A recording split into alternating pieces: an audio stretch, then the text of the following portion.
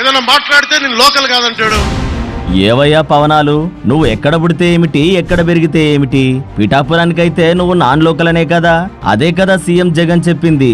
అందులో తప్పేముంది అసలు? సంబంధం లేకుండా సీఎం జగన్ గారి తాతగారిపై అవాకులు చవాకులు పేలుతున్నావే. జగన్ వాళ్ళ తాతగారు చాలా గొప్ప వ్యక్తి. పాపం ఒక బలిజ కులానికి చెందిన వెంకట నరసయ్య గారి మైన్స్ ని, వెరైటీస్ మైన్స్ ని ఆయన చక్కగా ఆయన కింద కూలీగా పనిచేసి ఆయన తీసేసుకున్నారు. మాకు అలాంటి అవకాశాలు లేవు కదా జగన్ మాకు. అసలు నీ ఆరోపణలకు ఏమైనా ఆధారాలు ఉన్నాయా? పిచ్చిగా వాగుతూ నోటుకొచ్చింది వాగడమే నీ చిల్లర రాజకీయమని అందరికీ తెలుసు. అసలు నీ మాటలను పట్టించుకునే నాదుడు ఎవ్వరు మన రాష్ట్రంలో లేరు అని కూడా నీకు తెలుసు. అందుకే నీ ఫ్రస్ట్రేషన్ తోనే ఇలా పిచ్చివాగుడు వాగుతున్నావు. ఈ ఎన్నికల్లో పిఠాపురం ప్రజలు నిన్ను చిత్తుగా ఓడించి నీ నోటికి కళ్ళం వేస్తారు. అప్పటిదాకా బాబు గారిచ్చిన ప్యాకేజీకి తగ్గట్లు వాగుతూనే ఉండు ప్యాకేజీ స్టారు.